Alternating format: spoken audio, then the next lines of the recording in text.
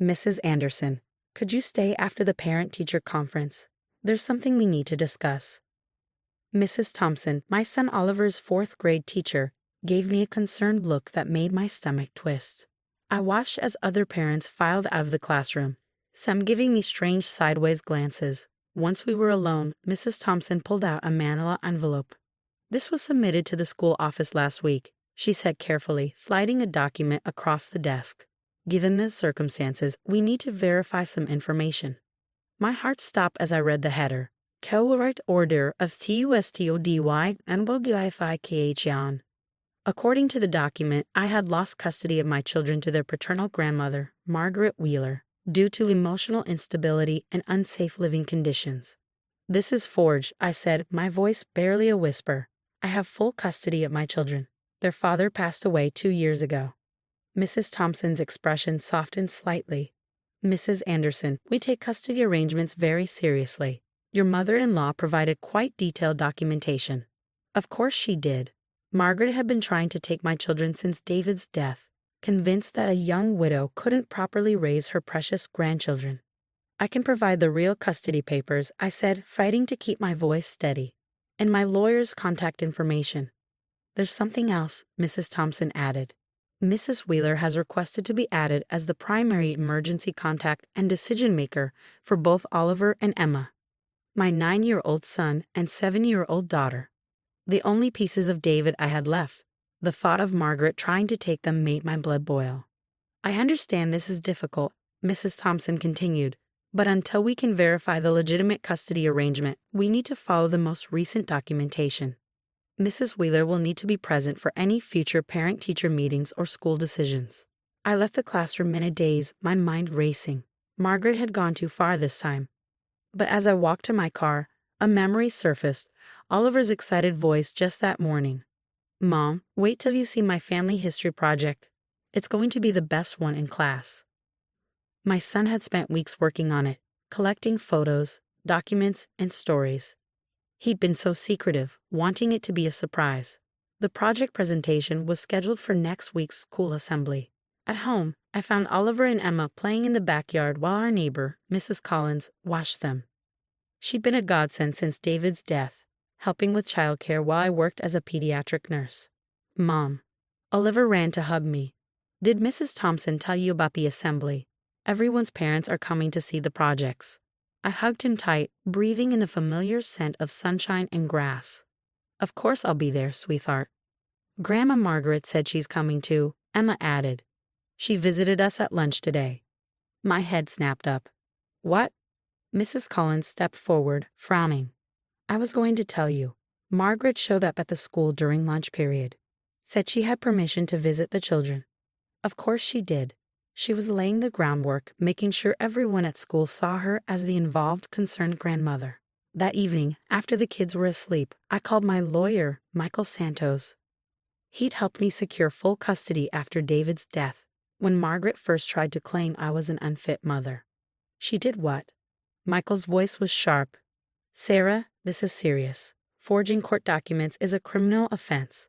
I know, I sighed, rubbing my temples. "But Margaret has friends in high places. Remember how she almost convinced the court I was unstable last time?"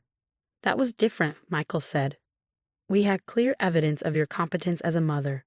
Your record as a pediatric nurse, character witnesses, the children's counselor's testimony. And now she's trying to erase all that," I said. "She's painting me as an emotional wreck who can't handle raising 2 kids alone." "We'll fight this," Michael assured me. "I'll contact the school first thing tomorrow with the real custody documents. But Sarah, be careful. Margaret wouldn't have done this without a broader plan." He was right. My mother-in-law was many things, but sloppy wasn't one of them. This was just the opening move in whatever game she was playing.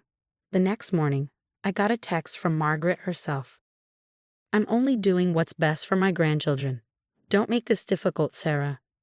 I stared at the message, remembering all the little digs over the years, how she criticized my parenting, my job, my decision to keep working after David died. In her eyes, I'd never been good enough for her son, and now I wasn't good enough to raise his children. But as I drove Oliver and Emma to school, watching them laugh and chat in the backseat, I felt a fierce determination rise in my chest. These were my children. They were happy, healthy, and loved. No forged documents or manipulated school officials would change that. Mom? Oliver's voice pulled me from my thoughts. You're coming to the assembly next week, right? My project is really special.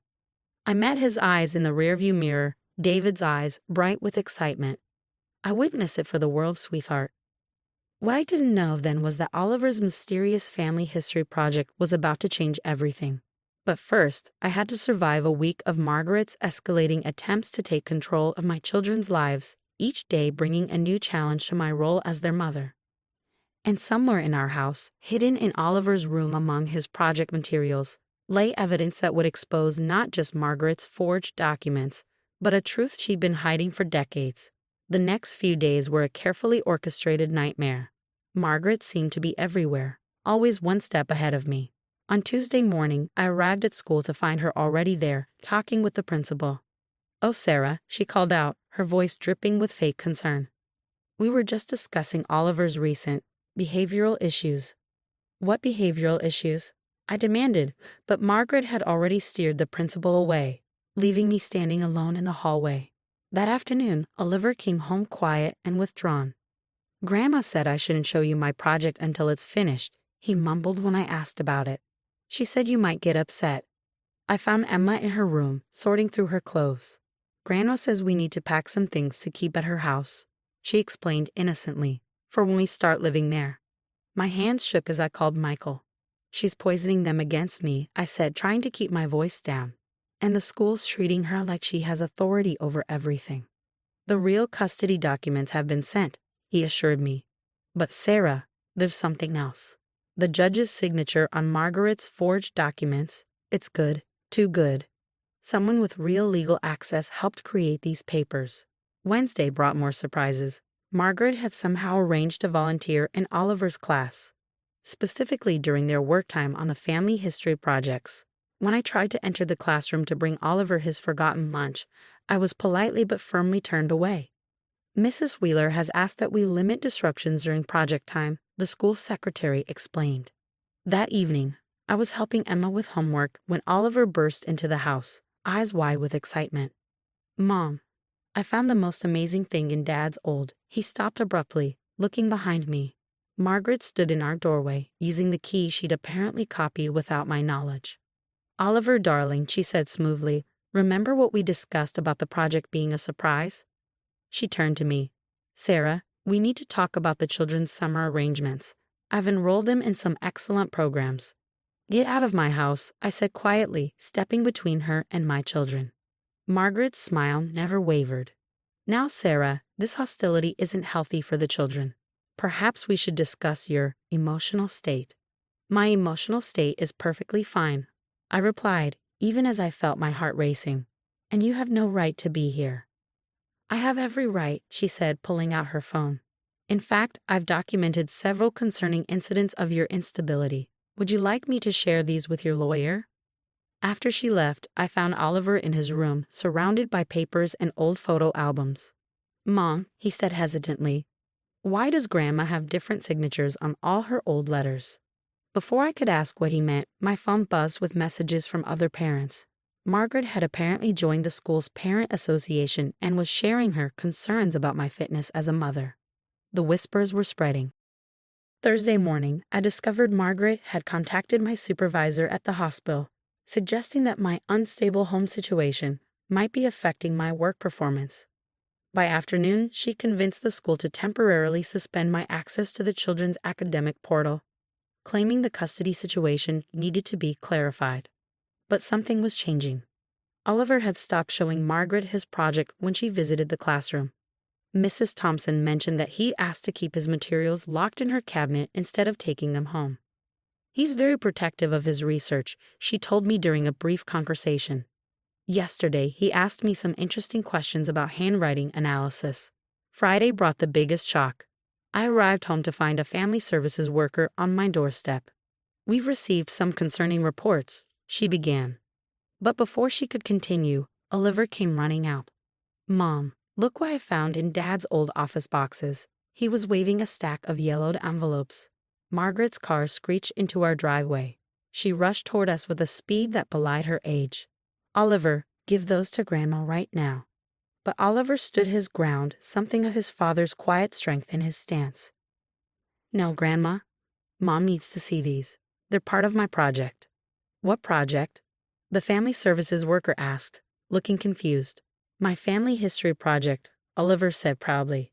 "It's about how secrets leave clues, even years later, like Grandma's different signatures and the dates that don't match and the letters Dad never knew about." Margaret's face went pale. "Oliver, those are private family matters. But that's why they're perfect for my project," he insisted. "Mrs. Thompson said family history helps us understand who we really are. And I found out who you really are, Grandma." I looked at my 9-year-old son, suddenly realizing that while Margaret had been so busy trying to control the narrative at school, Oliver had been piecing together a very different story from the family records he'd been studying. The school assembly was 3 days away. Whatever Oliver had discovered in his research, whatever truth he'd found in those old letters and photographs, Margaret was terrified of it being revealed. And judging by the family services worker's thoughtful expression as she observed the exchange, Margaret's carefully constructed plan was already beginning to unravel. Monday morning arrived with the school auditorium packed for the 4th grade family history presentations. Margaret sat in the front row, tension visible in her rigid posture. The family services worker had decided to attend, along with Michael, my lawyer, who insisted on being present. Oliver was third to present. As he walked to the podium carrying his display board and a manila envelope, I noticed Mrs. Thompson smiling encouragingly.